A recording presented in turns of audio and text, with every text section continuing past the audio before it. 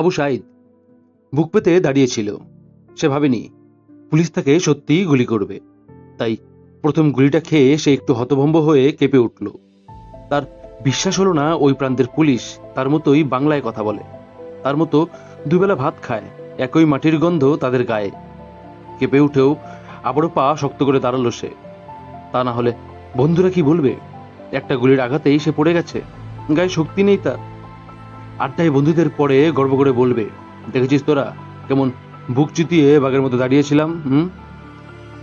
আবু সাঈদ আবারও কেঁপে উঠল, কারণ আরেকটি গুলি ছোড়া হয়েছে তখন। এই পর্যায়ে তার নিজেকে ধরে রাখতে বেশ কষ্ট হলো। তবু সে প্রাণপণে চেষ্টা করতে লাগলো। তার রোগা পাতলা বাঙ্গাল অপুষ্ট শরীরে এত শক্তি কোনো কালেই ছিল না।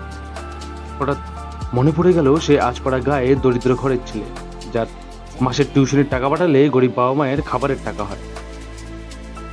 তার মূর্খ বাবা মা আশা বেঁধেছিলেন আবু সাঈদ বড় ভার্সিটিতে টেকার পর তাদের সব কষ্ট হয়তো দূর হয়ে যাবে। বোনটা শেষবার আদর করে কি বলেছিল সেটাও বোধ করি তখন তার মনে পড়ে যায়। আবু সাঈদের ঘরের ফেরার কথা ছিল রাত 10টায়।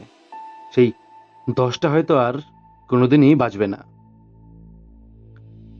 বাংলাদেশে এমন পরিস্থিতিতে আপনারা সবাই পাশে থাকুন। পাশে থাকতে না পারলেও দূর থেকে তাদের মনোবল বাড়ান। মনে রাখবেন, নিজের ভালো থাকাটা যেমন জরুরি, তেমনি অন্যকে ভালো রাখাটাও ঠিক ততটাই জরুরি। নিজেও মোটিভেটেড থাকুন এবং অন্যকেও মোটিভেটেড রাখুন। এটাই মনুষ্যত্ব। ভালো থাকবেন। দেখা হচ্ছে পরের ভিডিওতে।